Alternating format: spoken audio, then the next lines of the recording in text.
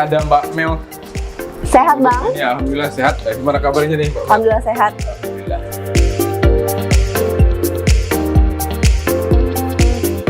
Bang, untuk tahun 2021 ini agenda politik Jambi renggang. Udah selesai.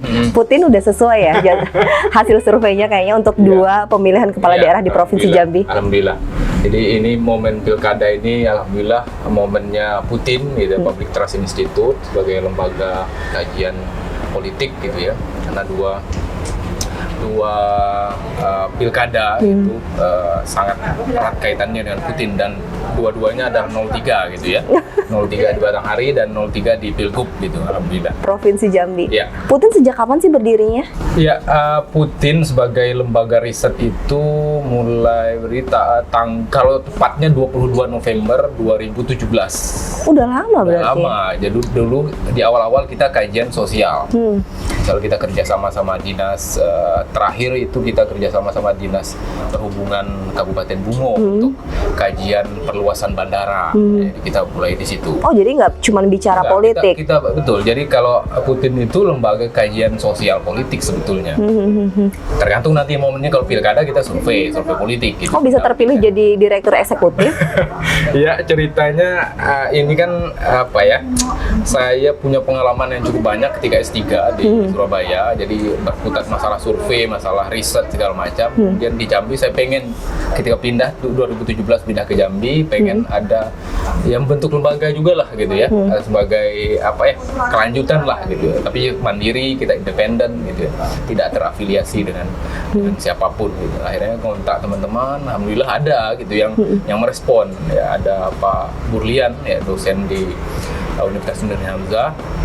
Kita bentuk berdua, kemudian ketika pilkada gabung Mas Hatta dari ilmu politik UNJAN, kira-kira begitu. Nah, kalau lembaga survei itu kan saingannya bukan hanya di lokal nih. Betul. Di lokal aja mungkin makin berkembang ya, makin kesini makin berkembang, mungkin akan ada yang baru. Saingannya nasional. Betul. Di awal 2020 ketika kita memberanikan diri untuk membranding Putin sebagai lembaga survei juga gitu ya, kita dihadapkan pada itu karena di awal memang Putin ingin kita bukan mengubah ya, tapi mengelola perspektif paradigma politisi di Provinsi Jambi yang menganggap bahwa ketika survei Jakarta, padahal sebetulnya kita punya SDM-nya yang bisa di Jambi gitu, dan Putin hadir di situ dan alhamdulillah ya kita bisa bersaing gitu ya. Bahkan di awal-awal kita rilis pilkada Batanghari itu bulan apa ya, di pertengahan 2020 kita sempat diingatkan Putin ini lawannya Jakarta loh. Saya bilang nggak ada masalah, saya bilang, karena kami based on data. Gitu ya. Kami tidak main-main dengan data, tidak ada rekayasa ya ketika dihadapkan dengan pengolahan data. Tapi banyaknya kalau survei ini kategorinya adalah akal-akalan yang bayar. Ya, saya pikir itu pandangan yang tidak bisa disalahkan karena memang nyatanya memang ada yang seperti itu gitu. Ada yang katakanlah main-main dengan data, main-main dengan angka itu. Tapi ada. Putin Saya pastikan sampai hari ini dan ke depan kita tetap konsisten dengan data. Ya, artinya kalaupun ada klien ya, itu di awal kita sudah ingatkan kami tidak mau intervensi data. Masalah nanti data ini mau digunakan untuk apa? Itu urusan klien ya, urusan yang menggunakan. Tapi Putin ketemu data ya kita olah, ya data itulah yang kita sampaikan. Bang, kita pindah spot yuk, ini banyak yang tempat-tempat bagus juga. Oke.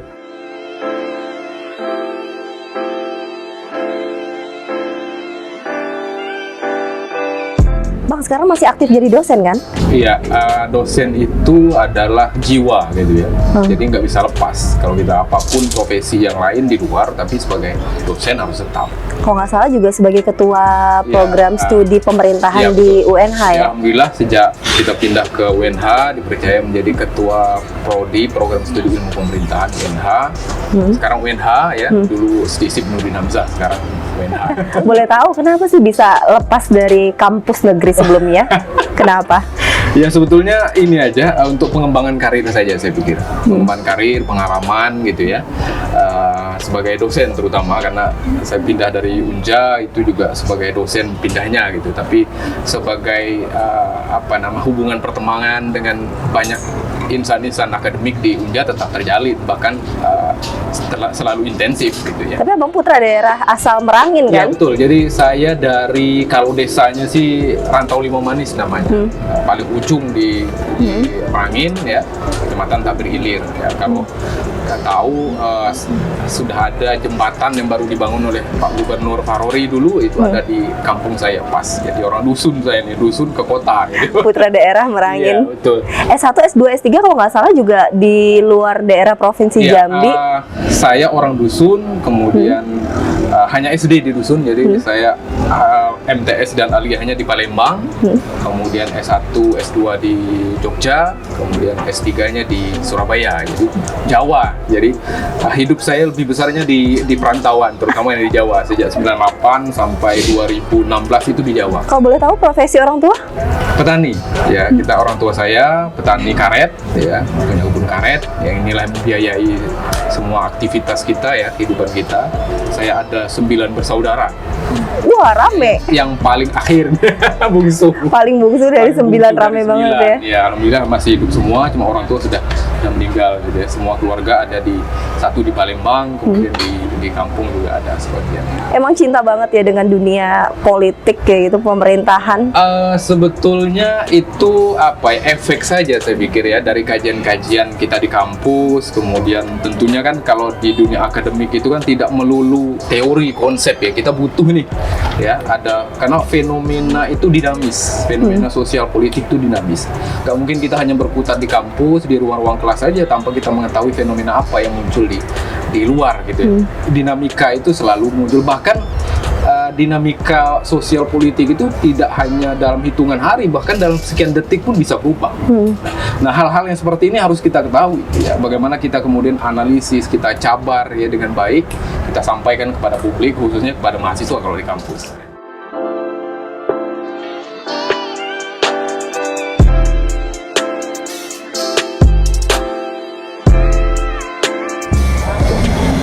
Bang, S1, S2, S3 di perantauan, katanya S3-nya juga penuh perjuangan, sambil kerja, sambil banyak kegiatan. Betul, sebetulnya sejak S2, tapi S3 ini terasa betul bagaimana perjuangan ya, perjuangan biaya sendiri, semua diurus sendiri lah ya, di Surabaya, di Universitas Airlangga gitu ya. Sejak 2013 sampai lulus 2016, jadi 3 tahun pas saya S3. Yang paling mengena sampai sekarang apa sih? Tentu saja ini ya, tuntutan hidup ya, karena kita posisinya ada banyak nih, ada sebagai mahasiswa, sebagai untuk menyambung hidup lah gitu ya. Semuanya di situ, pekerjaan sebagai dosen juga, sebagai mahasiswa juga, sebagai peneliti juga. Jadi bagaimana kemudian kita harus mengelola waktu. Ada posisi sebagai mahasiswa, ada posisi sebagai peneliti, ada posisi sebagai kepala keluarga gitu misalnya, di antaranya. Kesulitan keuangan? Pasti. Tapi justru itu memotivasi ya. Dan Putin itu sebetulnya adalah bagian atau implementasi dari kerja keras saya di Surabaya. Ya, bagaimana aktivitas meneliti, kemudian aktivitas menganalisis itu saya dapatkan di Surabaya, kemudian saya implementasikan di Putin di Jambi. Dan alhamdulillah ya, dengan dukungan teman-teman SDM Jambi yang sangat berkualitas ya, ada teman-teman saya yang sangat baik di Jambi. Alhamdulillah Putin bisa eksis sampai hari ini. Tipis-tipis ngurusin politik sekarang, sebenarnya goal dari Putin sendiri inginnya apa sih?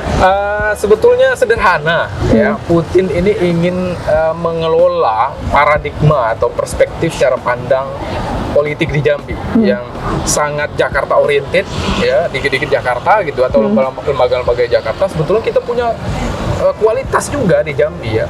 SDM lokal ini berkualitas, tinggal bagaimana mengelolanya. Nah, Putin hadir di situ. Ya, kita ingin mengisi relung atau ruang-ruang yang selama ini tidak terisi dengan baik oleh lembaga-lembaga yang ada di Jakarta.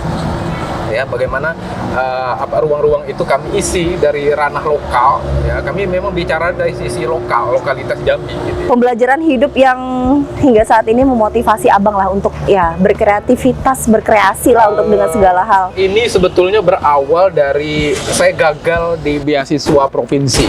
Ya, di 2015 ada beasiswa untuk mahasiswa Jambi yang kuliah gitu ya. Saya gagal di situ karena sesuatu dan lain hal, semua tahulah aspek politik tahun 2015. Di sini memotivasi saya harus selesai. Saya tadinya cukup seorang yang perfeksionis, menganggap bahwa kalau S3 itu harus cum laude dan lain sebagainya. Setelah kegagalan di beasiswa itu saya udah, yang penting sekarang saya doktor, saya S3, orang nggak pernah melihat lulusnya sebagai yang terbaik, disertasinya seperti apa, enggak, orang melihatnya doktornya. Itu yang memotivasi saya, dan alhamdulillah bisa. Impian ya. terbesar apa sih bang? Ya, saya ingin ada pendidikan politik aja, pendidikan politik di Jambi, karena terus terang bagian terbesar dari Putin ini adalah para mahasiswa, baik itu dari UIN, dari UNJA, terutama dari UNH. Saya ingin mahasiswa ini sejak awal sudah dibekali dengan pendidikan politik yang baik, terutama persoalan data, persoalan analisis. Kita tidak boleh main-main dengan data. Kalau data kita mainkan, maka impact-nya itu justru tidak hanya terkait dengan kita, tidak terkait dengan lingkungan kita saja, tapi terkait dengan Provinsi Jambi, bahkan negara ini. Kalau datanya salah. Besar untuk diri sendiri apa? Untuk diri sendiri. Bermanfaat aja, saya pikir bermanfaat, memberi kontribusi yang baik, terutama bagi Jambi, ya, bagi Merangin, bagi Provinsi Jambi, dan bagi Indonesia, dan terutama buat kampus ya, Universitas Nurdin Hamzah bisa berkontribusi menjadi lebih maksimal lagi lah ke depan.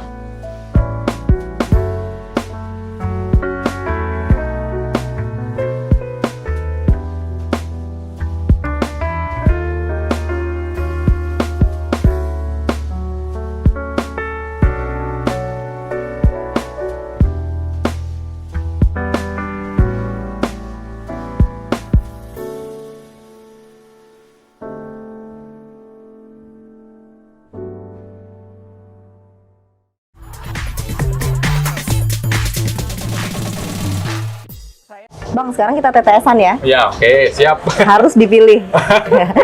Uang atau relasi? Relasi sih kalau saya. Dengan Kenapa? relasi menghasilkan uang. Mengabdi hingga tua untuk Jambi, atau jika ada pilihan lain ingin keluar daerah? Saya sudah lama tinggal di luar gitu ya.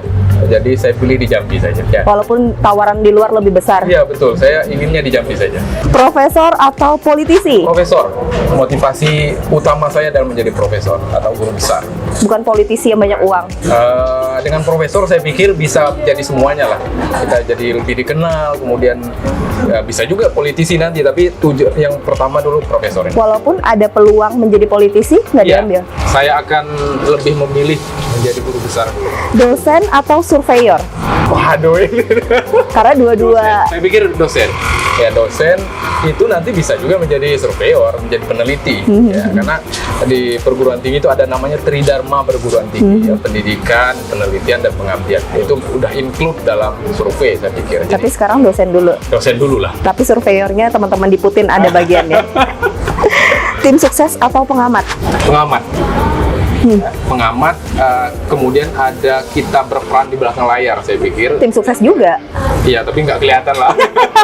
Sama aja nih, bukan pilihan jadinya. Dua-duanya diambil. Ngehabisin waktu di kampus atau lobby-lobby ngebesarin Putin? Saya pikir di kampus ya, di kampus. Ini pilihan yang sulit sama dengan tadi. Hidup kan penuh dengan pilihan Iya, sulit. betul. Tapi ada beberapa aspek yang nggak perlu kita pilih juga, karena dua-duanya bisa. Iya, seperti ini nih.